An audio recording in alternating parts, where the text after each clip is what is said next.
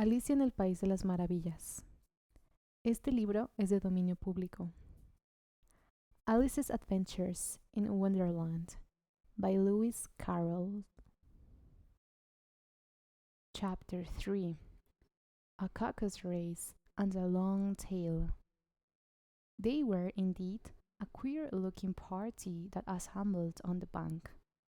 The birds with the draggled feathers, the animals with their fur clinging close to them, and all dripping wet, cross, and uncomfortable. The first question, of course, was how to get dry again. They had a consultation about this, and after a few minutes, it seemed quite natural to Alice to find herself talking familiarly with them, as if she had known them all her life.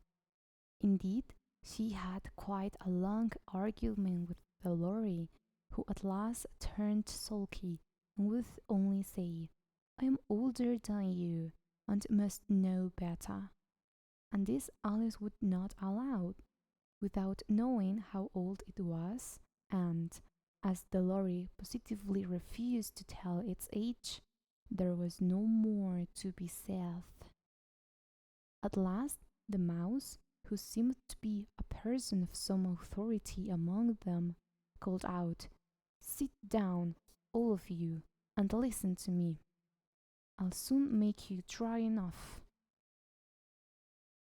They all sat down at once in a large ring, with the mouse in the middle.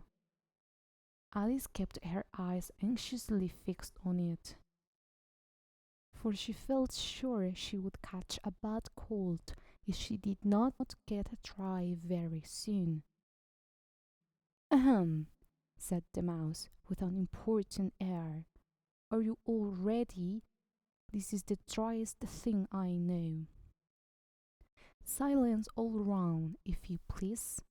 William the Conqueror, whose cause was favoured by the Pope, was soon submitted to by the English, who wanted leaders, and have been of late much accustomed to usurpation and conquest. Edwin and Morcar, the Earls of Mercia and Northumbria." "Ugh," said the lorry, with a shiver. "I beg your pardon," said the mouse, frowning, but very politely. "Did you speak?" "Not I," said the lorry, hastily. "I thought you did," said the mouse. "I proceed. Edwin and Morcar, the Earls of Mercia and Northumbria, declared for him, and even Stigand, the patriotic Archbishop of Canterbury, found it advisable." "Found what?" said the duck. "Found it," the mouse replied rather crossly. "Of course you know what it means." "I know what it means well enough. When I find a thing," said the duck, "it's generally a frog or a worm. The question is, what did the Archbishop find?" The mouse did not notice this question, but hurriedly went on. "Found it advisable to go with Edgar Atheling to meet William, and offer him the crown. William's conduct at first was moderate, but the insolence of his Normans. How are you getting on now, my dear?" it continued, turning to Alice as it spoke. "As wet as ever," said Alice, in a melancholy tone. "It doesn't seem to dry me at all." "In that case," said the dodo solemnly, rising to its feet, "I move that the meeting adjourn for the immediate adoption of more energetic remedies." "Speak English," said the eaglet. "I don't know the meaning of half those long words, and, what's more, I don't believe you do either." And the eaglet bent down its head to hide a smile. Some of the other birds tittered audibly. "What I was going to say," said the dodo in an offended tone, "was that the best thing to get us dry would be a caucus race." "What is a caucus race?" said Alice. Not that she much wanted to know, but the dodo had paused as if it thought that somebody ought to speak, and no one else seemed inclined to say anything. "Why," said the dodo, "the best way to explain it is to do it. And as you might like to try the thing yourself some winter day, I will tell you how the dodo managed it. First, it marked out a race course in a sort of circle. The exact shape doesn't matter, it said. And then all the party were placed along the course, here and there. There was no 1, 2, 3 and away, but they began running when they liked, and left off when they liked, so that it was not easy to know when the race was over. However, when they had been running half an hour or so, and were quite dry again, the dodo suddenly called out, "The race is over!" And they all crowded round it, panting and asking, "But who has won?" This question the dodo could not answer without a great deal of thought, and it sat for a long time with one finger pressed upon its forehead, the position in which you usually see Shakespeare in the pictures of him, while the rest waited in silence. At last the dodo said, "Everybody has won, and all must have prizes. But who is to give the prizes?" Quite a chorus of voices asked. "Why, she, of course," said the dodo, pointing to Alice with one finger. And the whole party at once crowded round her, calling out in a confused way, "Prizes! Prizes!" Alice had no idea what to do, and in despair she put her hand in her pocket and pulled out a box of comfits. Luckily, the salt water had not got into it, and handed them round as prizes. There was exactly one apiece, all round. "But she must have a prize herself, you know," said the mouse. "Of course," the dodo replied very gravely. "What else have you got in your pocket?" he went on, turning to Alice. "Only a thimble," said Alice sadly. "Hand it over here," said the dodo. Then they all crowded round her once more, while the dodo solemnly presented the thimble, saying, "We beg your acceptance of this elegant thimble." And when it had finished this short speech, they all cheered. Alice thought the whole thing very absurd, but they all looked so grave that she did not dare to laugh, and as she could not think of anything to say, she simply bowed and took the thimble, looking as solemn as she could. The next thing was to eat the comfits.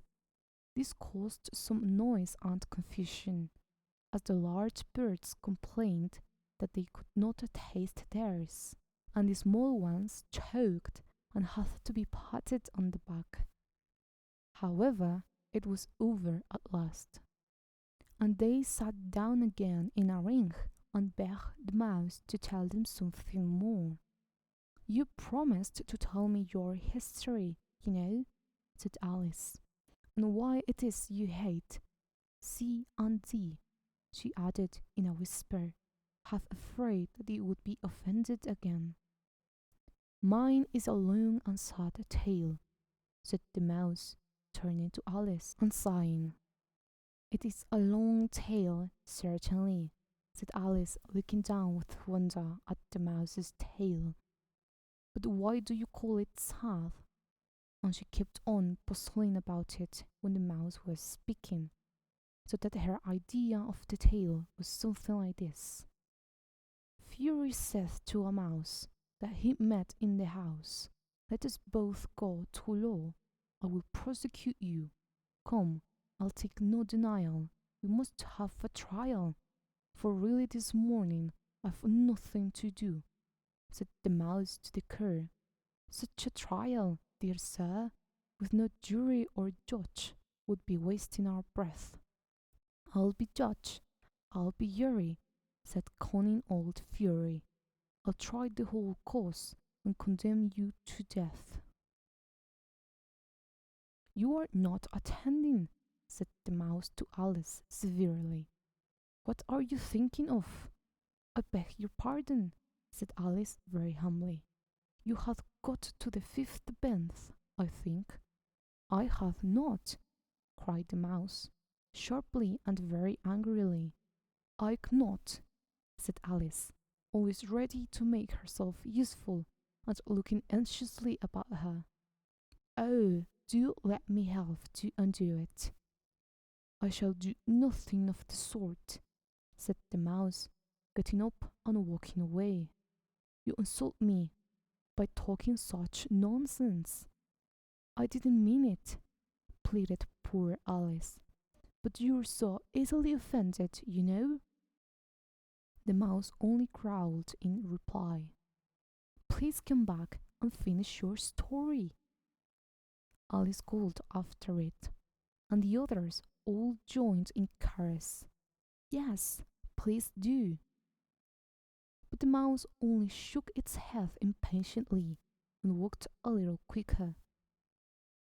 What a pity it wouldn't stay, sighed Dolores, as soon as it was quite out of sight. And an old crab took the opportunity of saying to her daughter, Ah, my dear, let this be a lesson to you never to lose your temper. Hold your tongue, ma, said the young crab, a little snappishly. You're enough to try the patience of an oyster. I wish I had our Dina here. I know I do, said Alice aloud, addressing nobody in particular. She'll soon fetch it back. And who is Dina, if I might venture to ask the question? Said Dolores. Alice replied eagerly, for she was always ready to talk about her pet. Dina's our cat, and she's such a capital one for catching mice you can't think. And oh, I wish you could see her after the birds. Why, she'll eat a little bird as soon as I look at it. This speech caused a remarkable sensation among the party. Some of the birds hurried off at once. And old Mahby began wrapping itself up very carefully, remarking, I really must be getting home. The night air doesn't suit my throat. And a canary called out in a trembling voice to its children, Come away, my dears, it's high time you were all in bed. On various pretexts they all moved off, and Alice was soon left alone. I wish I hadn't mentioned Dina, she said to herself in a melancholy tone. Nobody seems to like her down here, and I'm sure she's the best cat in the world. Oh, my dear Dina, I wonder if I shall ever see you any more. And here poor Alice began to cry again, for she felt very lonely and low-spirited. In a little while, however, she again heard a little pattering of footsteps in the distance, and she looked up eagerly, half hoping that the mouse had changed his mind and was coming back to finish his story.